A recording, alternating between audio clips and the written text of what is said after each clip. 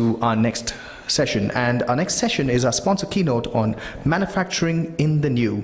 This session will be taken over by Accenture, and please do join me in welcoming up on stage the Senior Manager Mr. Sanjay Kumar Ahuja and the General Manager Mr. Anuray Kumar Prasad from Accenture. Give them a huge round of applause, ladies and gentlemen, and I request them to kindly take us through their presentation.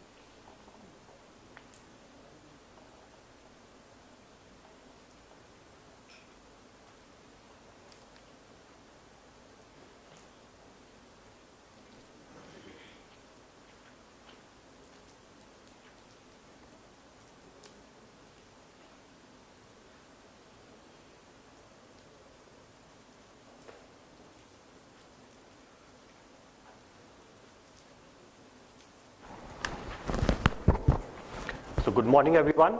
My name is Sanjay Ahuja, and I'm part of the Accenture Digital. So within Accenture, we have a group Industry X.0, where our primary focus is on the smart product, which are the embedded devices. Then we have the IoT, then we have the manufacturing. So these are the three different units that we have within our group. So I'm into this industry from more than 2 decades, and I work for the various domain, and I saw like how the IoT is evolving, and the kind of the use cases that we were handling before, and the kind of technology evolve, and how we can leverage this IoT technology to have the more like a revenue model and the benefit to the customer. So I remember like the very first IoT project that I did was in year 99. So at that time I worked for one of the telecom based company in New Delhi, and we created this energy management system for the whole Delhi. Like there were a lot of furnaces where the people, there were a lot of electricity theft at that time. So we created the radio devices which are installed onto the smart meter in the furnaces, and at that time the GSM was not there. So the whole traffic was from the local radio network to the VSAT to the like the actual base station through the SCADA system. So that was the IoT enabled system in more than 20 years back. And now with the new technologies are there, and a lot of connectivities are there, the computing power is there, so the kind of use cases are entirely different. So in today's session, maybe I will go through some of the technologies, how we can leverage those technologies to have the better benefit for the manufacturing industry. So before I start, how many of you are from the manufacturing background? Can we raise hand? Oh wow, a lot of people. And obviously everyone will be from the IoT domain, right? So I hope you will enjoy the session.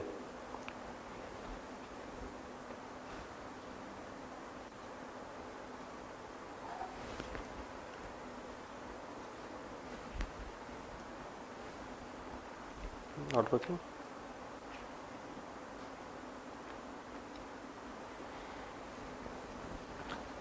So by the time they set up this, maybe I can start that. So how does the industrial internet get evolved, right? So if we start from the beginning, then there was some pre-internet era. Like the focus was purely on the fixed and the mobile telephony, the voice-based call and the SMS. Then the next era was the internet of the content, where the World Wide Web started, and the email and the information and the entertainment, they were the focus. And then the internet of the services, where like we have the e-commerce and the productivity were there. Then the internet of the people, where the lot of social media get involved. And finally the internet of everything. This is the current state where we have the machine to machine communication, and we are using machine to machine communication for identification, tracking, monitoring and the metering purpose. So what is the industrial IoT. So industrial IoT, it's a combination of the three things as we discussed in the earlier session as well. So we have the sense and act, where we have the sensors pushing the data from the various sources to the backend system, and the sensor can be any kind of sensor. It can be wired sensor, it can be wireless sensor, or it can be even the camera. So where we can take the picture image of the object and then use some computation on the top of that. Then second one is the communicate. So that is where the communication network comes, where we are collecting the data from one of the object and then sending it to the backend system through either the cellular network or it's through wired network. But again, within that, how do we collect the data from the machine and then send it to the backend system? In my whole manufacturing ecosystem, where I'm not allowed to have this kind of cellular network because of the complexity of the system, how do I send the data from the various machine, hundreds of machines, to the backend system? Then what kind of ecosystem I need to have for that? And then finally is the analyze and the visualize. So once we have the data from thousands of machines in my plant, then what I will do with the data? So what benefit I can have, what kind of predictive analytics I can have to have the improvement in the efficiency or maybe the productivity, whatever we want to do. So the output of this can be the tracking of the various machines, as we discussed in the last session, like the forklift were being tracked and the trolleys being tracked, and then we can optimize. So when we have the data, then how do we optimize the schedule? How do we optimize the asset management system to have the same set of devices having the more productivity? And then finally the prediction. So where we can have the preventive maintenance, we can have the predictive analytics. So suppose one machine is getting down, well in advance I can analyze that and I can do the preventive maintenance of that machine. So in terms of this end-to-end transformation, so as per the market reports, by 2020 we can see this 24 billion IoT devices will be there, which is itself is a huge number. So there are multiple consortium where the different type of the data standardization is there. So using all of them, there would be more than 24 billion devices, and 75% of the manufacturing value chain will go through the digital transformation. So whatever the way that we are doing currently, the way that we will do in next 2, 3, 4, 5 years, that will be entirely different. And then the 80% of the business would be having the more smarter, where the business processes and this will be reinvented. So the way that we are doing the business processes now and the way that we will do later. So how IoT is enabling that? So if we talk about the industrial revolution, right from the industrial revolution, Industry 1.0, which has been started in the 18th century with the invention of the engine. So where for the textile industry, we created one of the machine. And then the Industry 2.0, where the mass production of the devices or the equipment were there. Then Industry 3 was the IT and the electronics industry, where the automation was the key enabler factor. And the Industry 4.0, which is the cyber physical production systems. So that was the complete industrial revolution. And today we are talking about the Industry X.0. It can be 5.0, 6.0. What is going to be next in that? So we have already seen the 4 industrial revolution. What is the next industrial revolution? How IoT can help there? So in terms of the IoT contribution for the revolution, we can see one thing is the operational effectiveness. So using this IoT devices, how we can optimize the operational efficiency, how we can improve the customer experience, how we can bring develop new business model. So additional revenue channel using the same set of devices or same set of production. So these are these different value enabler for the IoT which we can bring onto the table for the manufacturing industry. So if we talk about the near term to the short term vision for the transformation, one is the operational efficiency, which is the low hanging fruit, where we can start with the first thing, where we have our machine, we have the sensors connected to those machine, how we can improve the asset utilization, how we can improve the reduction in the cost of the operations and the worker productivity as well. So the same set of worker, how many times the worker they are into the productive zone, how many times they are not doing the actual assigned task. So it can be different thing. Then second one is the new product services. So we can use the pay-per-use kind of model. Once we have the IoT-enabled devices or the machines, we can have the pay-per-use model instead of paying the upfront fees to some of the vendor. So the vendor, they can charge based on the pay-per-use, or the software-based services. So the different type of services we can charge. For example, for one of the company, we can charge for, let's say, productivity management for the workers or the worker safety. It can be pay-per-use. Once I have the software, I can deploy it at multiple organizations, and I can charge for the pay-per-use or the software-based services. Third one is the data monetization for that. So these are the new different services. These are the few examples, but there can be n number of opportunities. Next wave will be the outcome-based economy, where instead of using the pay-per-use, we can focus on the pay-per-outcome. So that is the next level. So we can work with our customer to see what is the outcome of this the digitization that we have done, and how we can bring the ROI and share the revenue with our clients. Then we have the new connected ecosystem and the platform-enabled marketplace. So these are the few things. And in the long run, it can be the autonomous pull-based economy, so which we call it as like the continuous demand sensing. So we have the complete end-to-end digitization of the processes, right from the procurement, then supply chain, then we have for the PLM system, MES system, and then maybe at the end we can have the ERP, CRM, Salesforce, or anything, right? So we can see what is the demand.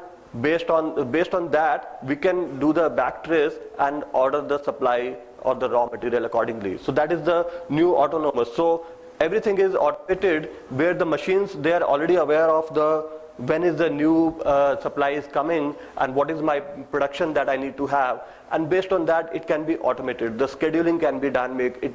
The raw material can be ordered dynamically. So everything is autonomous. Then we have the end-to-end automation. So right now, most of the stuff that we have, it's a manual thing. We need to do the planning, we need to do the scheduling, we need to do the optimization manually. But in the long run, the whole data is connected, so it can be completely end-to-end automated. And then we have the resources optimization. So in the new digital economy, what we will do is, to enable the successful business transformation. So we have the connected applications, we have the machines, and then we have the connected people, we have the connected enterprise. So these are the 4 different pillars that we have for any connected organization. So in terms of the connected applications, we can have all of this, the processes and the alignment, and then we have the real world data that we can visualize in the real time, and then the software development as well. So this is the connected application. In terms of the connected machines and the product, we can have the cyber physical system, embedded software, and remote access. So these are the various things. And similarly, for the connected people, we can connect those people, we can have them for better security, safety, and the productivity. So these people, they are connected, and everything like whatever the information that they need, using the AR, VR, using the wearable devices, we can provide those information to the connected workers. And then finally, the connected enterprise. So where it's not about digitizing one of the process or one of the machine, it's complete enterprise. So within my different plants, let's say for one of my larger customer, they may have the multiple location, the plants, how the different plant can be connected, how all of the processes can be connected, so that the same set of raw material, they can help to do the planning for the other plant as well. So what are the key enablers for the digital maturity? So if we talk about any enterprise, in terms of the digital enterprise, we can see, we can have this, the production system. In the center, we can digitize. I'm not sure how much of you are able to read it, but this is the production system. Then we have the control tower, and then we have this operational analytics, then we have the manufacturing network security, because once we digitize everything, then how secure is my data, how I can prevent something like not go wrong. So that is something where the security also plays an important role. So in terms of the production system, on the right side you can see there are the various factors that we can do the digitization, and the production system, they can leverage that, the productivity, product quality, indirect cost, operational safety, and like the new product and services. So these are the various enablers that we have for any kind of digital maturity model. So the digital transformation phases, the very first phase is about the digital foundation, where we have the MES and the MOM systems, and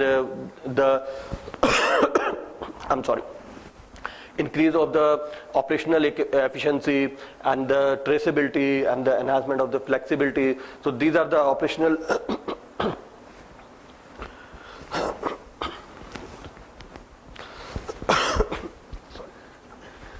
So these are the various foundation levels that we need to have. So any enterprise, they can start from the foundation, and then they can move towards the manufacturing, digital factory, and then digital enterprise, where we have the focus on the safety, quality, productivity, and plug and play kind of applications. So when we say the digital factory or the digital enterprise, what does it mean? Like when we have the foundation where we have the MES and the MOM. So most of the manufacturing industry, they already have that. The next level is the digital manufacturing, where some of the industry, they have already leveraged the industry 4.0 innovation. And the digital factory is again MES, industry 4.0, and the collaboration. And the digital enterprise can be the further thing that we can substitute on the top of that. So once we say that digital factory, what does it mean? How I can build my factory as a smart factory? So as a next step, we can see with the ISA 95 architecture, we have the pyramid where we have the different levels. So the very first level is about the sensors, where the IoT sensors, they are collecting the data from the various type of the devices. It can be machine, it can be the worker, it can be anything. And then we have the PLC. The next layer is about the PLCs and the SCADA system that we have, and then we have the MES, MOM. So these kind of the various pyramids that we can have to make the one of the industry as a smart industry, a smart factory. So the factory operation, it can be improved at the real time, because I'm collecting the data from my machine at the real time and utilizing the data for the different kind of reports at the back end. So let's say, for example, if one of my machine, it goes down, right? Then what is the next step? Dynamic scheduling, right? But how do I automate that? Suppose I know that one particular job, it need to go through 5 different machines in the 5 different stages. Then the next machine, it is already aware of the pending job for the machine 1. And in case something goes down, or the productivity goes down for one particular machine, how does the next machine, they can plan accordingly, right? So in that way, like if I have multiple machines, then how do I optimize the process to have the same set of output with the given constraint of the different machines? So the key use cases for the different category are the product quality. So if I talk about the 3 different categories, simple, medium, and the complex, though within this, the product quality, the control tower, it's a very simple thing. Anyone can do that quickly. And then this have the digital quality inspection and the root cause analysis. So once we have the root cause analysis, like it's a complex thing, because for any kind of a fault, let's say if I have a tire manufacturing company, for example, someone raise a complaint that my tire has a fault, or in the refrigerator has a fault, right? Then how do I know that for some specific part, that the tire that they have manufactured, what was the state of the machine at that time? like if there was temperature was not under control or the pressure was not under control, what was the state of the different sensors, who has provided that raw material for that particular supply. So in that way I can have the closed loop feedback where I can do the backtrace root cause analysis. So it's a complex thing. Once we have this end-to-end digitization in our factory, then only it is possible. But anyway, even for the smaller part as well, so there are a lot of other ways we can use for using AI, ML, or any kind of predictive maintenance or anything that we can have for the root cause analysis. Then we have the manufacturing operations, we have the digital machine inspection, we have the prognostic maintenance, the tool maintenance. So like as I said, like for the different machines, so there are a lot of different sensors attached to that machine. One of the simple sensor can be, let's say, for example, vibration sensor. So in the regular run, the machine has a certain pattern, but in case the pattern got changed, that means some motor has a fault or something, then using the AI ML, we can do the predictive analytics of that. Or if I have the service history of that machine, and then there can be the different AR, VR, or the different kind of technology I can use to analyze when was the last time it got serviced, and what is the physical or the actual sensor output of that machine at the current state. And then we can use the predictive analytics when the machine need to be serviced again. So before it gets faulty, we can have the preventive maintenance of that machine. Then we have the inventory tracking. So inventory tracking can be for any kind of raw material, it can be for the tools, or it can be for the equipment that have been used. One of the example I can give it is for one of our customers. They have very large plant. It's a 7,700 acre plant where there are a lot of cranes and the forklift are there, and there the process of allocation is on the daily basis. On the morning window, there is a booking process. Anyone can go and then book the whatever the equipment that they need. So what is happening is, like, suppose someone has booked the crane, but they are not using it, right? But the other critical process, they require the crane, but they are not getting that. So how do I do that? So in the 7,700 acre plant, where my crane is there, whether it is being used or not, which are the processes associated with that, whether there is a specific job allocated to that or not. So that is how we can do the asset tracking of that level. So I can track that crane, where my crane is, if it is the process is already over and it can be allocated to some other job, or like the machine which is allocated, which is in the permissible range of the crane capacity or not. So that kind of the level of the optimization we can have for the inventory tracking. Then we have the connected worker. So the connected worker, most of the people, they have this variable band kind of tracking, or it can be simple RFID tag based tracking. Imagine the scenario of 7,700 acre plant where there are a lot of furnaces and the critical zones are there, where the person, they need to be there only when they have gone through certain security training, right? So in that way, just collecting the data from the operator or the worker, it's not sufficient. I need to have the complete planning process behind that. So if I'm a worker, I've not gone through the training, security training, I'm not supposed to go in the hazardous zone, right? So in case someone goes there, at the real time the alert need to go to his supervisor or to the security department that someone is crossing that furnace without having the required training. And it can be the safety measure as well. Suppose the person, he needs some help, then the SOS button he can click the SOS button and the information can go to the required rescue team or some other team where they can come and they can support that. So it's not about just the safety of the worker, it's about the productivity as well. So once I have the location of my worker, I can check whether he is in the productive zone. Productive zone is the zone like where they are assigned the job and they are supposed to go there. And non-productive zone is there, like for example cafeteria or the outside the zone where they are supposed to go. So that kind of the tracking we can have, and mostly this is required for the contract worker. So because most of the time they are not aware of where they need to go and how they need to behave. So in that way, one of our customers, they were losing a lot of revenue, and we have implemented this the connected worker. So which not only help them for the safety of the worker, but also improving the productivity of the efficiency of their system.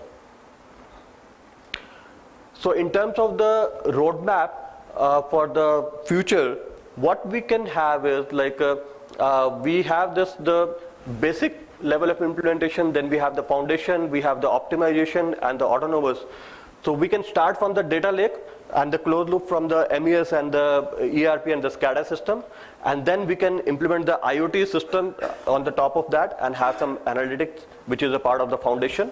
Then we can have the optimization of the existing assets and the processes that we have. And finally is the autonomous, where most of the decision can be automated. So it can be the autonomous vehicle, it can be the AI ML, it can be the closed loop manufacturing, which include the different type of the sensor analyze. And then we have the drone based inspection, and which for the automation. So for one of our customers, it's one of the interesting use case which we have implemented. So for the manufacturing plant, a lot of construction were happening, and also for the different type of the machine and the productivity, they want to monitor it through the drone based system. So we recently implemented that. So the complete command center is there, where the operator, they can see what is happening on the drone, and a lot of things are automated. For example, if I need to monitor the construction, what was the state yesterday, what is the state today, in that way they can monitor without actually going to the site. And similarly for the other operation system, they are using the drone based inspection system. So this is I think one of the first implementation that we have in India for one of our customers. So what is the smart architecture that we have for smart manufacturing system? So right from this, the level 0 is about the collecting the data. It can be from the HMI, it can be from the machines, it can be from the different type of the sensor, it can be worker, part, or anything. The next level is about the plant level infrastructure, where we use this PLC system to combine the data. All of the data are coming from the different machines. So the different PLCs, they are pushing the data, and finally the central PLC, it is sending the data to the cloud. And similarly for the different type of the other IoT devices we can have at the level 2. And the level 3 can be the MES system on the top of that, because now we have all of the data coming from the various sources.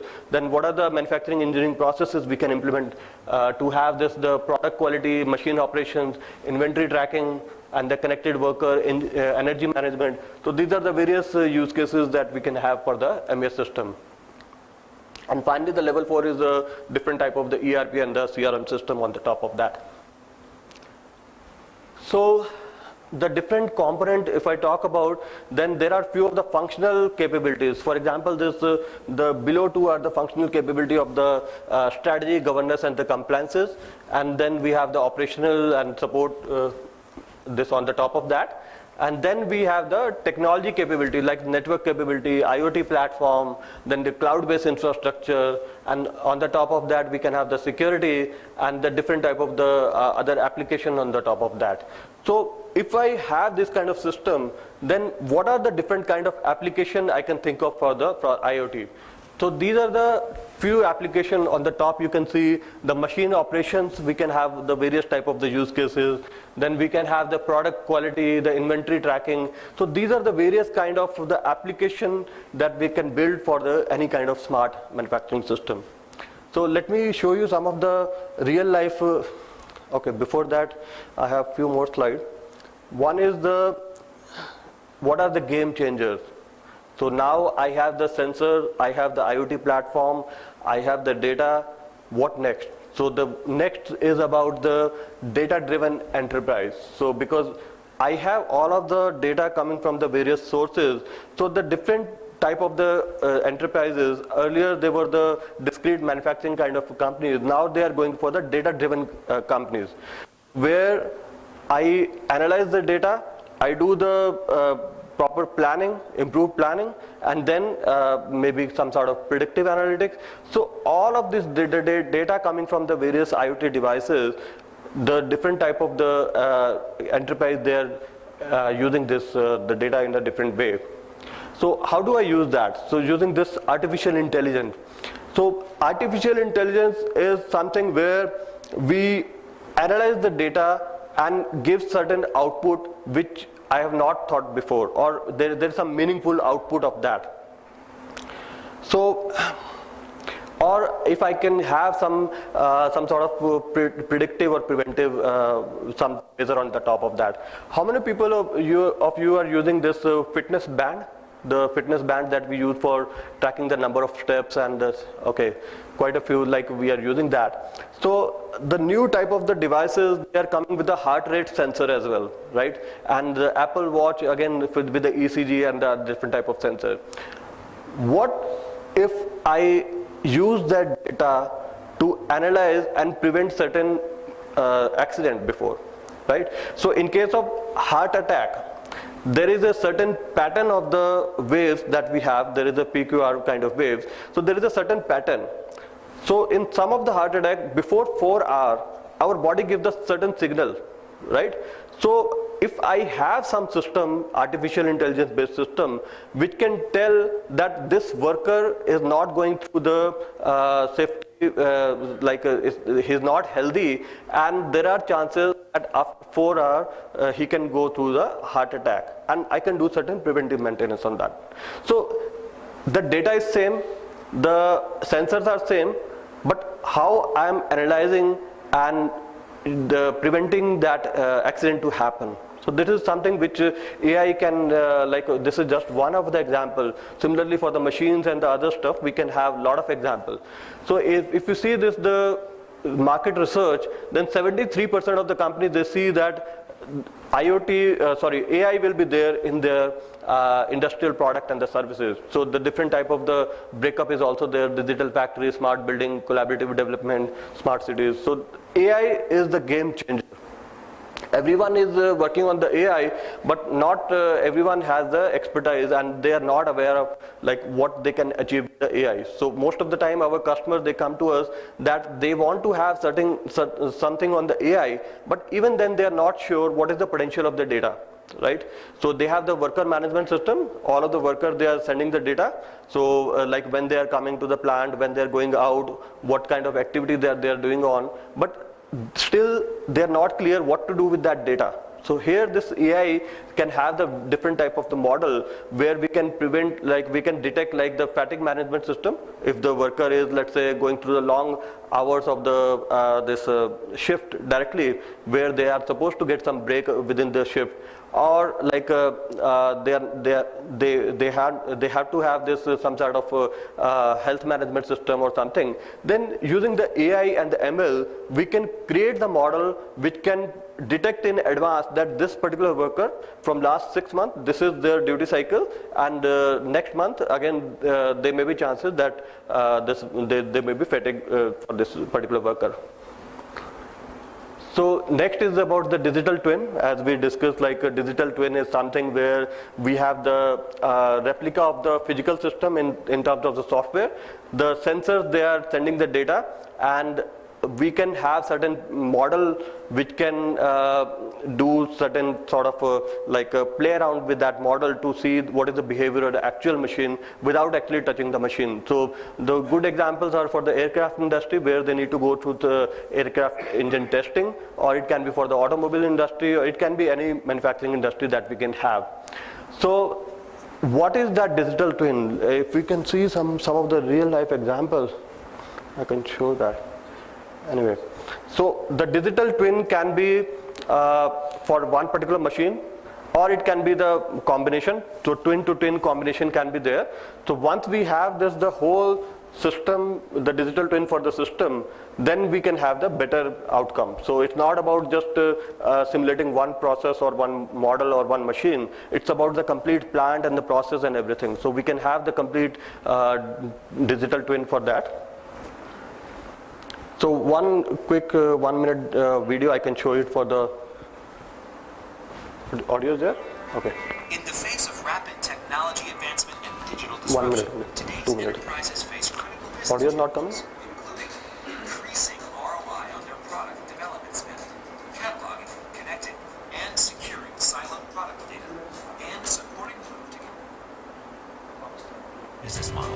The Way Forward, a digital thread, and digital twin strategy, outlining a path to greater growth and cost efficiency through digital connections. The digital thread links together product data and organizations with an end-to-end digital process, spanning design, manufacturing, and product support. The digital twin provides a single source of all product and platform data, spanning from idea to retirement. The right digital thread and digital twin strategy can help your business increase revenue, accelerate time to market, and deliver new as-a-service experiences. Learn more about putting Accenture's end-to-end digital thread and digital twin strategies to work for your business at accenture.com/PELS. So I have a couple of more demos, but because of the shorter time, I can skip that. And one last slide I can conclude. How to start the journey. So we have the IoT sensors and everything, but how to start our journey towards the digital enterprise or the smart manufacturing or the smart industry. So one thing is to transform the core. So we have the digitization of the engineering processes and the efficiencies, and then how do we transform the core? So that is the very first part. Second is about the focus on the experience and the outcome. So it's not about the creating certain thing in a regular way. It's about the hyper personalized value that we can bring to for our customers, and not only the customer, the end customer of our customers. Then we have the re-architect the whole the new ecosystem. So sometimes we need to change the whole architecture and the way that we are doing currently, and we need to have the right partner to drive this new innovation and the capability for that. Then fourth one is about the new business model. So we can invent some of the new business model that we have for the using the same set of the data and the processes, but what are the new business model that we can have?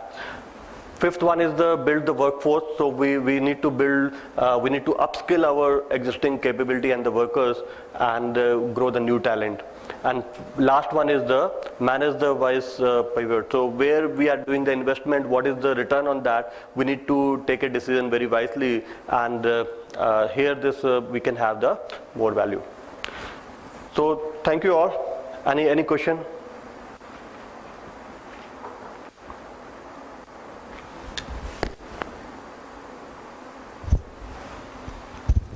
Thank you, sir.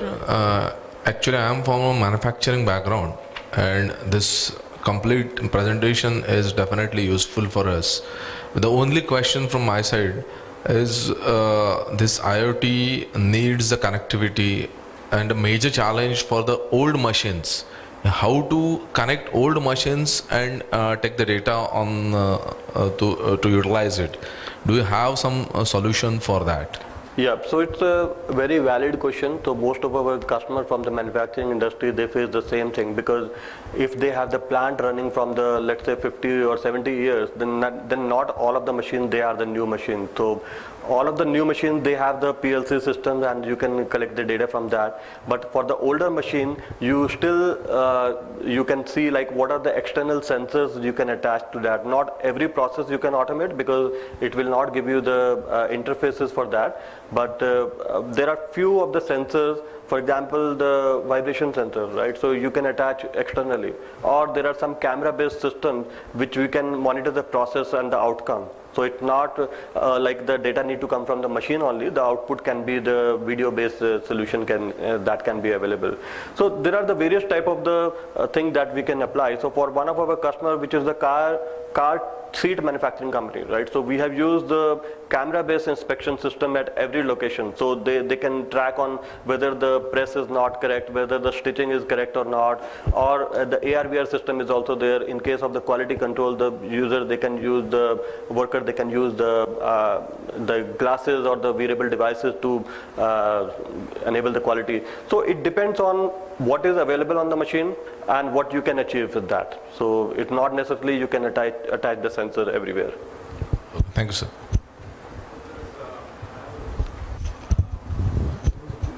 Digital twin, what you talked about. Which one? Digital twins. Yeah. So what is it like? I did not understand. Is it some sort of a 3D hologram which you can actually have? Okay, so digital twin is something where we have the simulated model of, it can be either one machine, it can be the whole, this one division, or it can be the whole plant. So the data coming from that machine, we have the different type of the sensors, right? So for example, let's say aircraft engine. So aircraft engine has more than this 1,000 sensor attached to that engine, and every second they are pushing the data. But if I need to check the predict like what is the threshold value of the engine, if I change some parameter, what is the behavior on the other parameter. So what we do is we collect the data from the real engine, create the model on the top of that using AI ML, and tweak that model for certain parameter. It can be for the quality, it can be for testing, or it can be for the real-time behavior as well, right? So we can do the predictive or preventive maintenance on that. So digital twin is a digital replica of one of the physical entity, having some real-time data and creating some model on the top of that. So that is the digital twin for one particular machine. And multiple machine, they can combine the digital twin and have through the digital thread. So the whole process, like suppose I have the digital twin for one particular this machine and the other machine as well. So I can input the data from the supply, and I can do the predictive analytics, and then the process planning and this on the top of that, and then finally what is the outcome, how much productivity I have, and how I can optimize that. So without actually changing the machine, I can tweak around the twin parameters and simulate that. So it's a simulation of the actual physical machine with the real-time data. Thank you.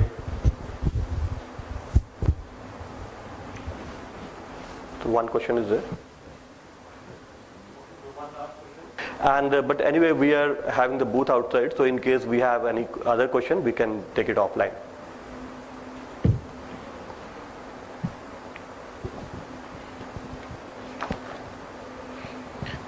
Yeah, thank you, Sanjay. It was a wonderful session. Actually, we got a lot of insights on this industrial IoT.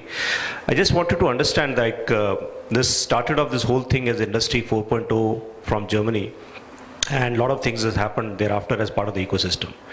Wherein Accenture is playing a role with respect to standardizing various protocols, various things, because there's a plethora of, when we look at a protocol, communication-wise, especially when we start going into a brownfield project, whether it is 6 low pans, MQTT, MQP, and host of things which are there, as rightly pointed out, that if we have to start any kind of a existing machine or existing setup, and we have to build a sensing mechanism on top of it, and then build that whole layer of communication, presentation, analytics, and later on part of it. What is that? How do one go into the standardization part of it, and which one is more preferred than the others part?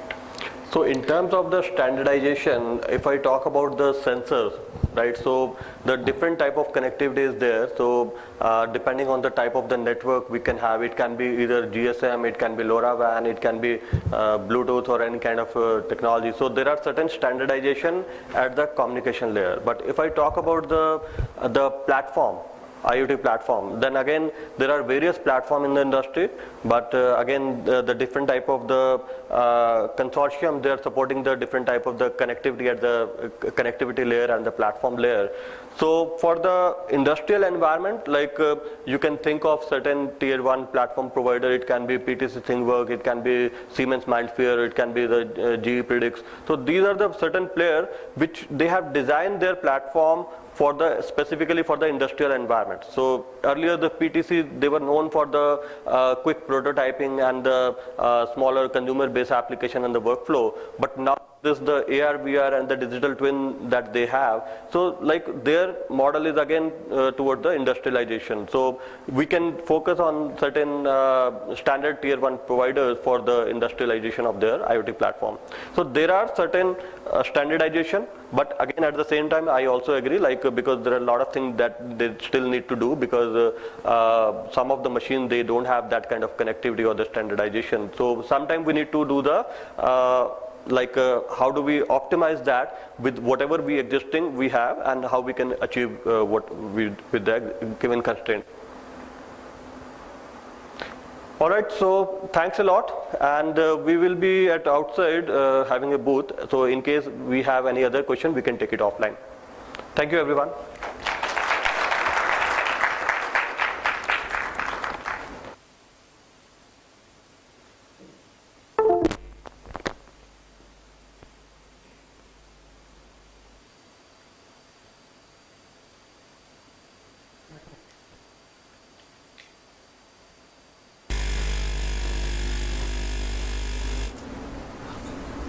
Thank you very much, Mr. Sanjay Kumar Ahuja. Ladies and gentlemen, it was very encouraging. We've seen quite a few hands go up, which means a lot of you are actually participating in all the sessions that we have here.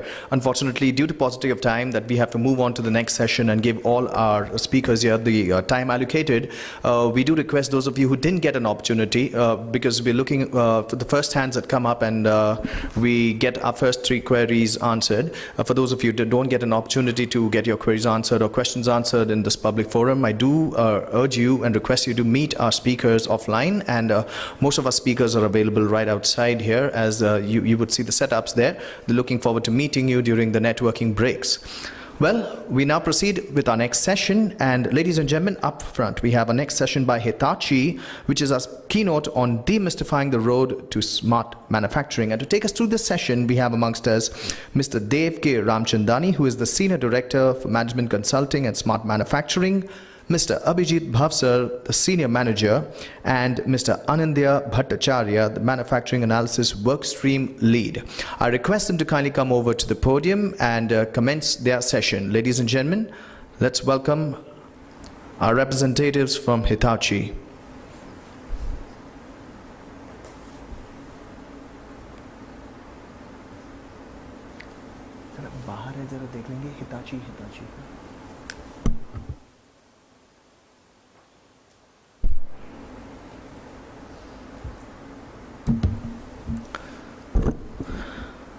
Well, it looks like they're all present at the kiosk outside, which means they're going to be coming here in just a little bit. Ladies and gentlemen, right after this session, of course, we will have a small little tea and networking break. We have 15 minutes scheduled for that. We'll try to cut it down to about 10. Of course, we'd like to let you know that you can bring your tea and coffee in here with you, because we have a very important panel discussion where we're looking forward to all of you being a part of it once again, and trying to make sure that we keep within the deadlines and, of course, the agenda that we have here amongst us. So once again, do apologies for all of our delegates who do have your questions that we are not able to address on this public forum. Our speakers will be very glad to meet you offline. In the meanwhile, now let's welcome our speakers who are joining us up on stage from Hitachi, Mr. J.K. Ramchandani, Mr. Abhijit Bhavsar, and Mr. Anindya Bhattacharya. Let's have a huge round of applause for them, please, and welcome them to the podium.